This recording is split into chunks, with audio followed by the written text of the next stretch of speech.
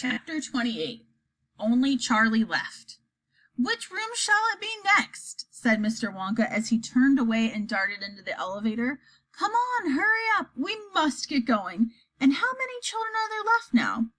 Little Charlie looked at Grandpa Joe, and Grandpa Joe looked back at little Charlie. "But Mr. Wonka," Grandpa Joe cried after him, there's only Charlie left now." Mr. Wonka swung round and stared at Charlie. There was a silence. Charlie stood there holding tightly onto Grandpa Joe's hand. "You mean you're the only one left?" Mr. Wonka said, pretending to be surprised. "Why, yes," Charlie whispered. "Yes." Mr. Wonka suddenly exploded with excitement. "But my dear boy," he cried out, "that means you've won!" He rushed out of the elevator and started shaking Charlie's hand so furiously that it nearly came off. "Oh, I do congratulate you," he cried. "I really do. I'm absolutely delighted. It couldn't be better. How wonderful this is. I had a hunch, right from the beginning, that it was going to be you. Well done, Charlie, well done. This is terrific. Now the fun is really going to start.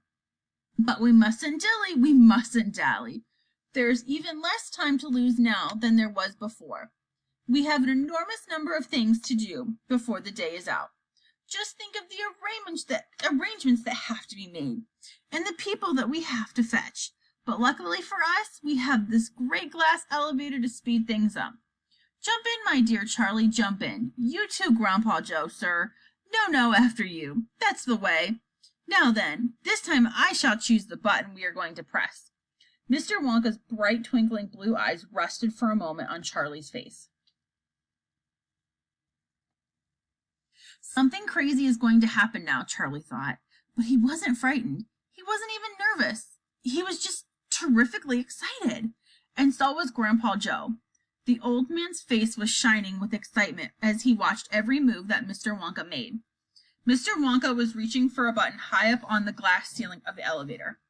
Charlie and Grandpa Joe both craned their necks to read what it said on the little label beside the button. It said, "Up and out." "Up and out," thought Charlie. "What sort of room is that?" Mr. Wonka pressed the button. The glass doors closed. "Hold on," cried Mr. Wonka.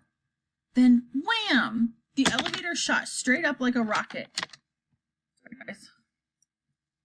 "Yippee!" shouted Grandpa Joe. Charlie was clinging to Grandpa Joe's leg, and Mr. Wonka was holding on to a strap from the ceiling. And up they went, up, straight up this time with no twistings or turnings. And Charlie could hear the whistling of the air outside as the elevator went faster and faster. "Yippee!" shouted Grandpa Joe again. "Yippee! Here we go!" "Faster!" cried Mr. Wonka, banging on the wall of the elevator with his hand. "Faster! Faster! If we don't go any faster than this, we shall never get through." "Through what?" shouted Grandpa Joe. What have we got to get through?" "Aha!" cried Mr. Wonka. "You wait and see. I've been longing to press this button for years. I've never done it until now. I was tempted many times. Oh, yes, I was tempted. But I couldn't bear the thought of making a great big hole in the roof of the factory. Here we go, boys, up and out."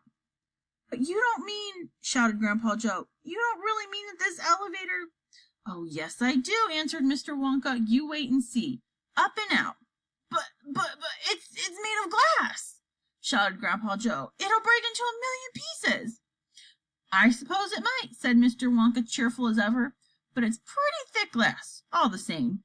The elevator rushed on, going up and up and up, faster and faster and faster. Then suddenly, crash! The most tremendous noise of splintering wood and the broken tiles came directly from above their heads. And Grandpa Joe shouted, "Help! It's the end! We're done for!" And Mr. Wonka said, "No, we're not. We're through. We're out." Sure enough, the elevator had shot right up through the roof of the factory and was now rising into the sky like a rocket, and the sunshine was pouring in through the glass roof. In 5 seconds, they were 1,000 feet up in the sky. "The elevator's gone mad!" shouted Grandpa Joe. "Have no fear, my dear sir," said Mr. Wonka calmly, and he pressed another button. The elevator stopped. It stopped and hung in midair, hovering like a helicopter, hovering over the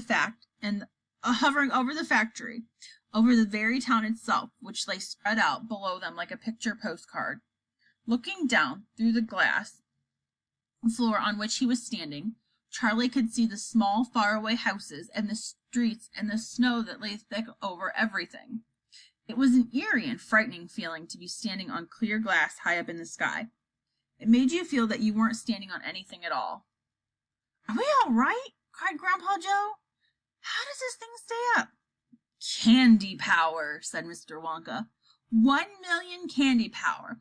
Oh, look," he cried, pointing down. "There go the other children. They're returning home." That's the end of chapter 28.